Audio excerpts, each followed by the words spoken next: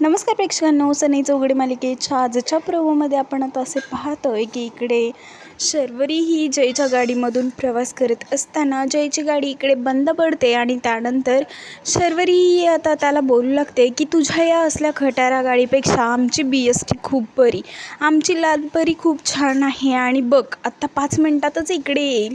तुला मी सांगते ना, तू माझ्यासोबतच BSTने प्रवास कर.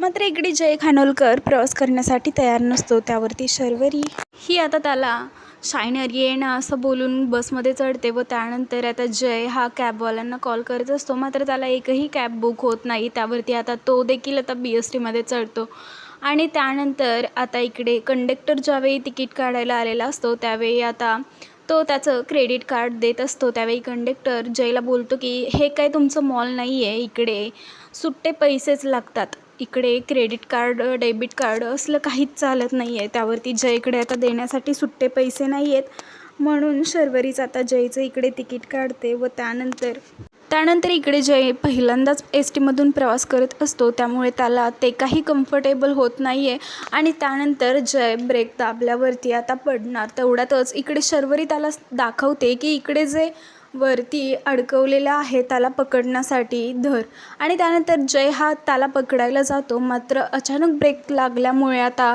त्याचा हात पटकन शर्वरीच्या हातावरती जातो आणि शर्वरी आणि जय हे दोघेजण एकमेकांकडे एकसारखे बघू लागतात.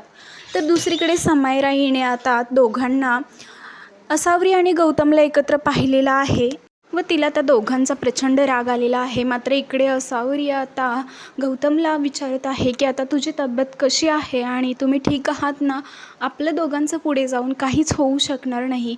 हे सर्व आता जेव्हा त्यांचं बोलणं चालू असतं तेव्हा गौतम हा तिला बोलत असतो की मला आत्ता काहीच या विषयावरती बोलायचं नाही आहे, मला फक्त तुझ्यासोबत बोलायचं आहे. त्यामुळे हा सर्व विषय बाजूला ठेवून आपण फक्त आपल्याबद्दल बोलूयात का. आता असावरी इकडे लाजत असते आणि त्या दोघांचं तिकडे बोलणं चालू असताना समायराला अचानकपणे अनुश्री पाहते आणि अनुश्री खूप घाबरते व ती आता लगेच गौतम आणि असावरीजवळ जाते आणि अशुताई तिकडे समायरा आली आहे, चल पटकन इकडून आपल्याला निघलं पाहिजे असं बोलून आता ती तिला घेऊन जाते. असं काही आपल्याला येणाऱ्या एपिसोडमध्ये पाहायला भेटतंय. तर हळूहळू आता जय आणि शर्वरीमध्ये मैत्रीचं नातं निर्माण होणार आहे असं आपल्याला येणाऱ्या एपिसोडमध्ये पाहायला मिळतं आहे. व्हिडिओ आवडला असल्यास लाईक करा व चॅनलवर जर नवीन असाल तर चॅनलला सबस्क्राईब करा.